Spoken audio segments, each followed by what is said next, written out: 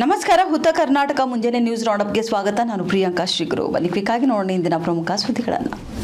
ಶಾಲಾ ಶಿಕ್ಷಣ ಇಲಾಖೆ ಮತ್ತು ಪ್ರಾದೇಶಿಕ ಹಾಗೂ ಸಾಮಾಜಿಕ ಅರಣ್ಯ ವಲಯ ಹುನಗುಂದ ಇವರ ಸಹಯೋಗದಲ್ಲಿ ಸರ್ಕಾರಿ ಪ್ರೌಢಶಾಲೆ ಇಲ್ಕಲ್ದಲ್ಲಿ ವನ ಮಹೋತ್ಸವ ಕಾರ್ಯಕ್ರಮ ಜರುಗಿತು.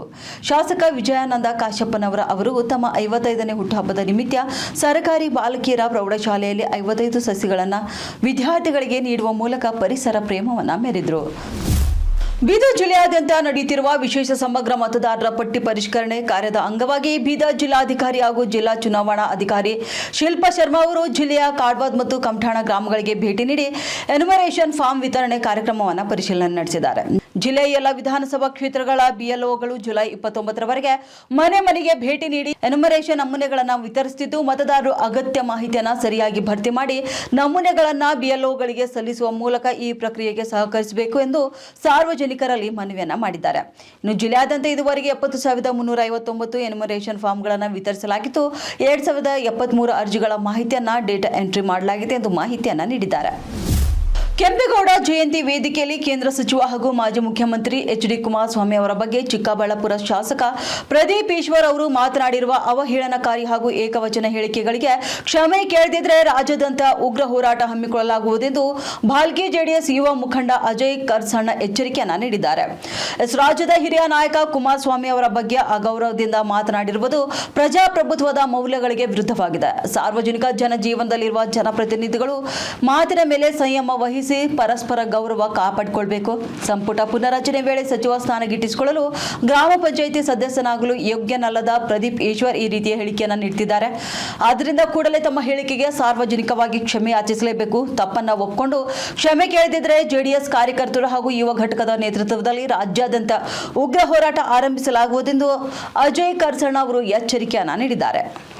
ವಿಷಯ ಏನಪ್ಪಾ ಅಂದ್ರೆ, ಸ್ವಲ್ಪ ದಿವಸಗಳ ಹಿಂದೆ ಕೆಂಪೇಗೌಡರ ಜಯಂತಿ ಉತ್ಸವದಂದು ಚಿಕ್ಕಬಳ್ಳಾಪುರದ MLA ಪ್ರದೀಪ್ ಈಶ್ವರ್ ಅನ್ನೋ ಒಬ್ಬ ನೀಚ ವ್ಯಕ್ತಿ, ಮಾನ ಮರ್ಯಾದೆ ಇಲ್ಲದ ವ್ಯಕ್ತಿ, ಮುಳ್ಳುಹಂದಿ ಅಂತ ಕರೀತಾರೆ.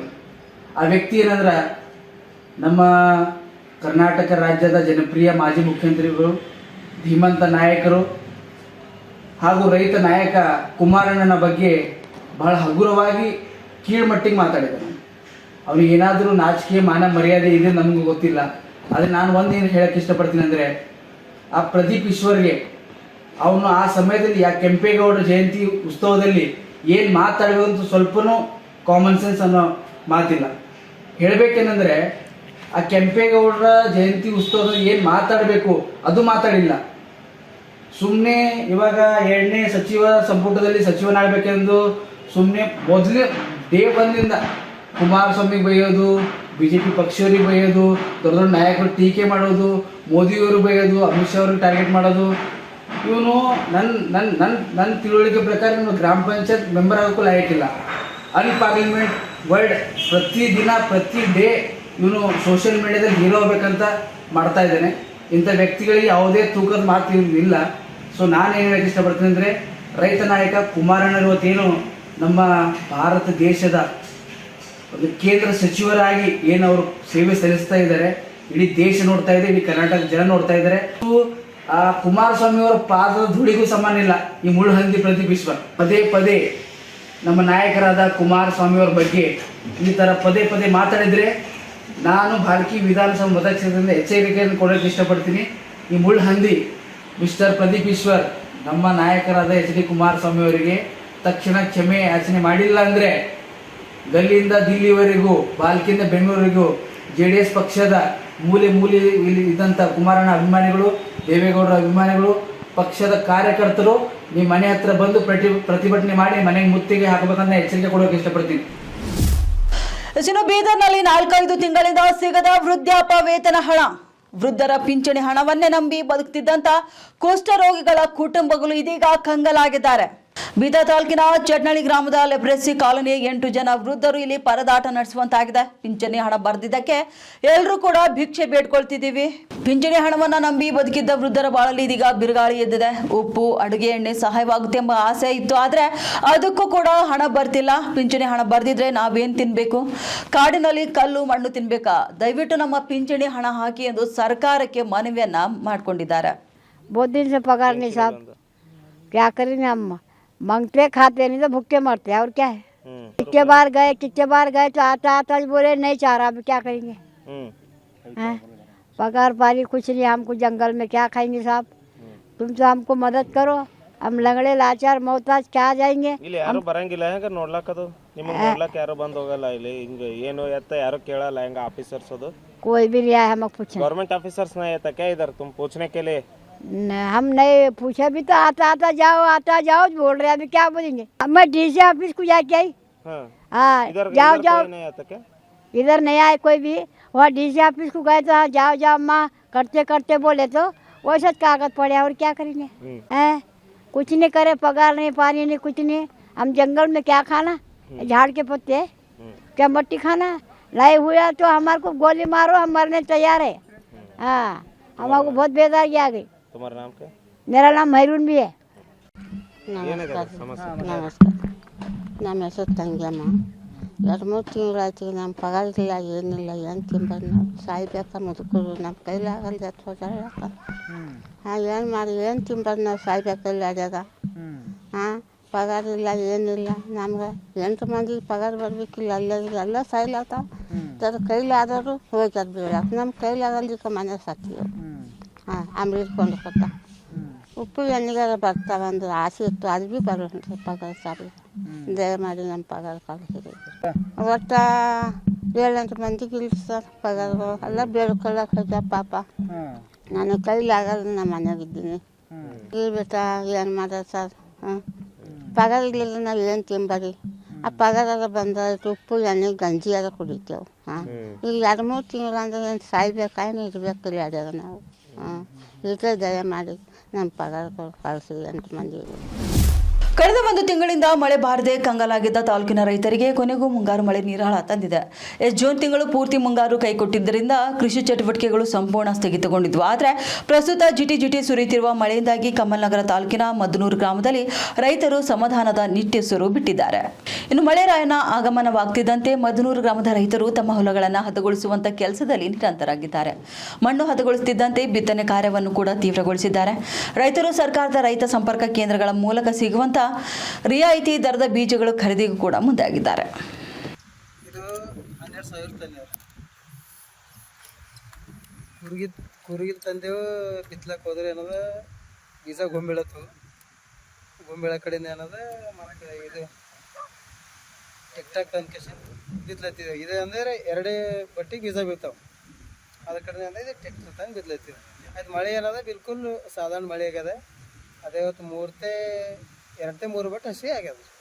ಅದ್ರ ಕಡೆಯಿಂದ ಅಂದ್ರೆ ಇದ್ರದಿಂದ ಜರ ಎವರೇಜ್ ಬಿ ಚಲೋ ಬರ್ತದೆ ಅಂತ ಆ ಪ್ರಕಾರ ಅಂದ್ರೆ ಇದು ಟಿಕ್ಟಾಕ್ ತಂದು ಮಾಡುತ್ತೆ. ಭಾಲ್ಕಿ ತಾಲೂಕಿನ ಕೋಸಂ ಗ್ರಾಮ ಪಂಚಾಯಿತಿಯಲ್ಲಿ ಪಂಚಾಯತ್ ಅಭಿವೃದ್ಧಿ ಅಧಿಕಾರಿ ವಿರುದ್ಧ ಹಣ ದುರ್ಬಳಕೆಯ ಗಂಭೀರ ಆರೋಪ ಕೇಳಿಬಂದಿದೆ. ಆಕ್ರೋಶಗೊಂಡ ಗ್ರಾಮಸ್ಥರು ಪಂಚಾಯಿತಿ ಕಚೇರಿ ಮುಂಭಾಗದಲ್ಲಿ ಪ್ರತಿಭಟನೆಯನ್ನ ನಡೆಸಿದ್ದಾರೆ. Borewell motor repair, CC camera ಅಳವಡಿಕೆ ಹಾಗೂ ಬ್ಲೀಚಿಂಗ್ ಪೌಡರ್ ಖರೀದಿ ಸೇರಿದಂತೆ ವಿವಿಧ ಕಾಮಗಾರಿಗಳಲ್ಲಿ ಅವ್ಯವಹಾರ ನಡೆದಿದೆ ಎಂದು ಗ್ರಾಮಸ್ಥರು ಆರೋಪ ಮಾಡಿದರು. ಅಲ್ಲದೆ ಪಂಚಾಯಿತಿ ವತಿಯಿಂದ ನಕಲಿ ಚೆಕ್ ನೀಡಿ ಸಾರ್ವಜನಿಕರನ್ನ ವಂಚಿಸಲಾಗುತ್ತಿದೆ ಎಂಬ ಗಂಭೀರ ಆರೋಪವನ್ನು ಕೂಡ ಮಾಡಿದ್ದಾರೆ. ಪಂಚಾಯಿತಿಯಲ್ಲಿನ ಅವ್ಯವಹಾರಗಳ ಬಗ್ಗೆ ಪ್ರಶ್ನೆ ಮಾಡಿದರೆ ಪೊಲೀಸ್ ದೂರು ನೀಡುವುದಾಗಿ ಬೆದರಿಕೆಯನ್ನು ಕೂಡ ಹಾಕಲಾಗ್ತಿದೆ. ಆದ್ದರಿಂದ ಸಂಬಂಧಪಟ್ಟಂತಹ ಪಂಚಾಯತ್ ಅಭಿವೃದ್ಧಿ ಅಧಿಕಾರಿಯನ್ನ ಕೂಡಲೇ ಅಮಾನತುಗೊಳಿಸಿ ಸಂಪೂರ್ಣ ತನಿಖೆ ನಡೆಸಬೇಕು ಎಂದು ಪ್ರತಿಭಟನಾಕಾರರು ಒತ್ತಾಯಿಸಿದ್ದಾರೆ.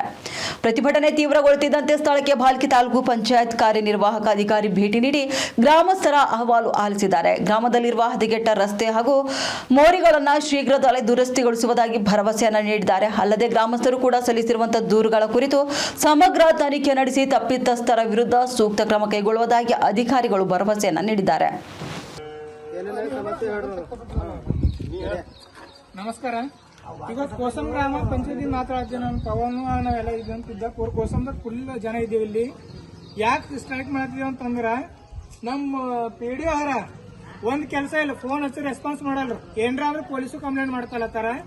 ಅದು ಕ್ಯಾಮ್ರಾ ತೋರಿಸಿದ ಕ್ಯಾಮ್ರಾ, ಅದು ಕ್ಯಾಮ್ರಾಕ ಅಂತ 3 ಕ್ಯಾಮ್ರಾ ಕೂಡ್ಸ್ಯಾರ. ಅಂತ 3 ಕ್ಯಾಮ್ರಾ ಕೂಡ್ಸ್ಯಾರ. 6,000 ರೂಪಾಯಿ ಬಂದವ, 60,000 ರೂಪಾಯಿ ಬಿಲ್ ಎತ್ತಾರ. ಊರಾರ ನೀರಿನ ಸಮಸ್ಯೆ ಅಲ್ಲಿ ಹೈಸ್ಕೂಲ್ ಹೋಗ್ಲತ್ತ ಹುಡುಗರಿಗೆಲ್ಲ ಗೊಜ್ಜಿನಾಗಿ ನಡೆದಾರ. ಅದು ಹೇಳಿದ್ರು ರೆಸ್ಪಾನ್ಸ್ ಮಾಡಲ್ಲ. ಈಗ ಚರಂಡಿರ ಟೋಟಲಿ ಕ್ಲೀನ್ ಮಾಡಿಲ್ಲ. ಬ್ಲೀಚಿಂಗ್ ಪೌಡರ್ ಬಿಲ್ ಎತ್ತಿರೋದ್ರ ಮೇಲೆ ಪ್ರೂಫ್ ಅವ ನಮ್ಮಲ್ಲಿ. ಆ ಪ್ರೂಫ್ಗಳೆಲ್ಲ ನಿಮ್ಗೆ ತೋರಿಸ್ತೇವು. ಮತ್ತೆ ಹೈಮಸ್ ಲೈಟ್ ಅದು ಬಿ ಫ್ರಾಡ್ ಮಾಡ್ಯಾರ, ಅದು ಬಿ ಎಷ್ಟಾಕ್ಯಾರ ಬಿಲ್. 3 ತಿಂಗಳ ಕೆಳಗೆ ಬಿಲ್ ಆಗಿಂದು ಹೈಮಸ್ ಲೈಟ್ ಇವತ್ತು ಕೂಡ್ಸ್ಯಾರ. ಏನ್ರ ಅಂದ್ರೆ ನಾ ರಿಸೈನ್ ಕೊಟ್ಟಿದ್ದ ಅಂತ ಹೇಳತ್ತಾರ. ಮತ್ತ ಊರಿಗೆ ಬರಂಗೆ ಅಟೆಂಡೆನ್ಸ್ ಹಾಕಲ್ಲ, ಡೈರೆಕ್ಟ್ ನಾಗೂರ್ಗೆ ಹೋಗಿ ಟ್ಯಾಕ್ಸ್ ವಸೂಲಿ ಮಾಡತ್ತಾರ. ಕೆಲಸ ಮಾಡಪಟ್ಟಾರ ಕೊಟ್ಟಿ ಒಂದ್ ಚೆಕ್ ಕೊಟ್ಟಾರ, 10 ದಿವಸ ಕೆಳಗ್ ಚೆಕ್ ಕೊಟ್ಟಾರ, ಇದ್ರೊಳಗೆ ಬ್ಯಾಲೆನ್ಸ್ ಇಲ್ಲ, ಬ್ಯಾಲೆನ್ಸ್ ಇಲ್ಲದೆ ಚೆಕ್ ಬರ್ದ್ ಕೊಟ್ಟಾರ. 10 ದಿವಸ ಕೆಳಗ್ ಡೇಟ್ ಹಾಕ್ಯಾರ, 25 ತಾರೀಕಿನ ಡೇಟ್ ಹಾಕ್ಯಾರ. ಇವತ್ತು 1 ತಾರೀಕ್ ಅದ ಡೇಟ್, ಇನ್ನ ಬಿದ್ರೆ ಬ್ಯಾಲೆನ್ಸ್ ಇಲ್ಲ. ರೊಕ್ಕ ಟ್ಯಾಕ್ಸ್ ವಸೂಲಿ ಮಾಡತ್ತಾರ. ಮಧ್ಯಾಹ್ನ ಕೃಷ್ಣ ಗ್ರಾಮೀಣ ಬ್ಯಾಂಕಿಗೆ ಹೋಗ್ಲತ್ತಾರ, ಮಧ್ಯಾಹ್ನದಾಗ ಅಲ್ಲಿ ಎತ್ಕೊಳತ್ತಾರ ರೊಕ್ಕ, ಮನೆಗೆ ನಡ್ದಾರ. ಏನ್ರ ಕೆಲಸ ಮಾಡ್ರಿ ಅಂದ್ರೆ ನಮ್ಮಲ್ಲಿ ರೊಕ್ಕ ಇಲ್ಲ. ಮತ್ ನಾವ್ ಹೋಗಿ ಏನಾರ ಕರೆಕ್ಟ್ ಕೆಲಸ ಯಾಕೆ ಮಾಡ್ಲಿಲ್ಲ ಸರ್, ನಮ್ಮ ಊರಿಗೆ ಕೆಲಸ ಕರೆಕ್ಟ್ ಅಂತ ಕೇಳಕ್ ಹೋದ್ರ ನೀ ನಮಗ್ ಅಂಜಿಸ್ಲತ್ತಿದಿ, ಇನ್ಮೇ ಪೊಲೀಸ್ ಕಂಪ್ಲೇಂಟ್ ಮಾಡ್ತೇವ ಅಂತ ಹೇಳ್ತಾರೆ. ಬರತ್ತಿಲ್ಲ ಐಮಸ್ ಲೈಟ್ ಹಾಕ್ಯಾರ.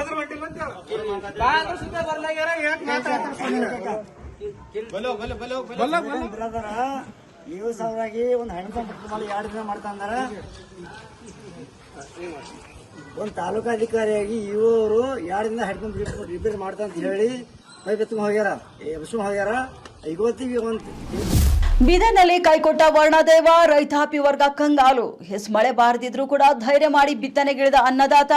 ಒಣಭೂಮಿಯಲ್ಲೇ ಬೀಜ ಗೊಬ್ಬರವನ್ನ ಹಾಕ್ತಿದ್ದಾರೆ ರೈತರು. ಅವಧಿ ಮುಗ್ದಿದ್ರೂ ಕೂಡ ಸೋಯಾ ಬಿತ್ತನೆ ಇಳುವರಿ ಕುಂಠಿತ ಸಾಧ್ಯತೆ ಹೆಚ್ಚಾಗಿದೆ. ಬೀದರ್ ತಾಲೂಕಿನ ಕಾಡ್ವದ್ ಗ್ರಾಮದಲ್ಲಿ ರೈತರು ದುಸ್ಸಾಹಸವನ್ನ ಮೆರೆದಿದ್ದಾರೆ. ಇನ್ನು ಮನೆಯಲ್ಲಿ ಬೀಜ ಗೊಬ್ಬರ ಇಟ್ಕೊಂಡು ಏನ್ ಮಾಡೋಣ ಅಂತ ರೈತರು ಇಲ್ಲಿ ವಾರ್ಡನ ಕೃಪೆಗಾಗಿ ಕಾಯ್ತಾ ಇದ್ದಾರೆ. ಗಡಿ ಜಿಲ್ಲೆಯ ರೈತರು ಒಣಭೂಮಿಯಲ್ಲೇ ಬೀಜ ಬಿತ್ತಿ ಮಳೆಗಾಗಿ ಪ್ರಾರ್ಥನೆಯನ್ನ ಸಲ್ಲಿಸುತ್ತಿದ್ದಾರೆ. ಜೂನ್ ತಿಂಗಳು ಮುಗಿದು ಜುಲೈ ತಿಂಗಳು ಬಂದರೂ ಕೂಡ ಗಡಿ ಜಿಲ್ಲೆಯಲ್ಲಿ ನಿರೀಕ್ಷಿತ ಪ್ರಮಾಣದಲ್ಲಿ ಆಗದ ಮಳೆಯಿಂದಾಗಿ ಇದೀಗ ಬಿತ್ತನೆ ಕಾಲ ಮೀರ್ತಿರುವುದರಿಂದ ರೈತರು ಅನಿವಾರ್ಯವಾಗಿ ಒಣ ಭೂಮಿಯಲ್ಲೇ ಬಿತ್ತನೆಗೆ ಮುಂದುವರೆದಿದ್ದಾರೆ. ಸಾಮಾನ್ಯವಾಗಿ ಸೋಯಾ ಬಿತ್ತನೆಗೆ ಜೂನ್ ತಿಂಗಳು ಸೂಕ್ತ ಸಮಯವಾಗಿತ್ತು. ಆದ್ರೆ ಈ ಬಾರಿ ಮಳೆ ಬಾರದ ಕಾರಣ ಅವಧಿ ಮುಗ್ದಿದ್ರೂ ಕೂಡ ತಡವಾಗಿ ಸೋಯಾ ಬಿತ್ತನೆ ಮಾಡಿದ್ದಾರೆ. ಮಳೆ ಬರೆದಿದ್ರೆ ಹಾಕಿದ ಬಂಡವಾಳವೆಲ್ಲ ಮಣ್ಣು ಪಾಲಾಗುವ ಆತಂಕದಲ್ಲಿದ್ದಾರೆ ಬೀದರ್ ಜಿಲ್ಲೆಯ ರೈತರು. ಮತ್ತೊಂದೆಡೆ ಮುಂದಿನ ದಿನಗಳಲ್ಲಾದರೂ ವರ್ಣನ ಕೃಪೆ ತೋರಬಹುದು ಎಂಬ ನಂಬಿಕೆಯಲ್ಲಿದ್ದಾರೆ ರೈತರು. ವರ್ಣನ ಕೃಪೆ ತೋರಬಹುದು ಎಂಬ ನಂಬಿಕೆಯಲ್ಲಿದ್ದಾರೆ ಬೀದರ್ ಜಿಲ್ಲೆಯ ರೈತರು. ಅದೇ ಮಳೆ ಸಲ ಕಾಸಿ ಮಾಡಿ ಬಿತ್ತಿದ್ದು ಒಣ ಮನೆಗೆ ಹಾಕಿದೆವು. ಬಿತ್ತಿ ಮುಗಿದ್ರೆ ಇನ್ನ ಹಾಕಿದ ಬೀಜ ತನ್ಕೊಂಡು ಏನು ಮೈ ಮಾಡ್ರಿ ಕುಂತೇವ್ ಭೂಮಿ ಬೀಜ ಹಾಕಿದೆವು. ಧೈರ್ಯ ಮಾಡಿ ಬಿಟ್ಟಿದ್ದೆವು. ಏನ್ ಮಾಡ್ರಿ ಅವು ಗೆಣಗೆಣ ಆಗಿವು. ಈಗೇನೆ ಇನ್ನ ಬಿತ್ತರಿಗೆದ್ದೆವು. ಮತ್ತೆ ಅದರ ಅದ ಕಷ್ಟ ಅದ, ದೇವ್ರ ಕಡೆ ಬರೋದು. ಹಂಗಾರ ಕಷ್ಟನೇ ಇರ್ತದ. ಮತ್ತೆ ಅದು ರೈತರಿಗೆ ಯಾರು ಹೋದ ನಂತರ ಅದು ಬಿ ಲೇಟಾಗೆ ಬರ್ತದೆ. ಬೆಳಿಗ್ಗೆ ಬೇಡ್ಕೋಬೇಕಾಗ್ತದ. ಏನಂತ ನಮ್ಮ ಹೊಟ್ಟೆ ಅನ್ನಕ್ಕಂತ ದೇವ್ರಿ ಅಂತ ಬೇಡ್ಕೋಬೇಕಾಗ್ತದ. ಇವಾಗಿದ್ದು ಇಂದಿನ ಮುಂಜಾನೆ ನ್ಯೂಸ್ ರೌಂಡ್ ಅಪ್ನ ಪ್ರಮುಖ ಸುದ್ದಿಗಳು. ಮತ್ತೆ ಭೇಟಿಯಾಗೋಣ ಮಧ್ಯಾಹ್ನ ನ್ಯೂಸ್ ರೌಂಡ್ ಅಪ್ನಲ್ಲಿ. ನಮಸ್ಕಾರಗಳು.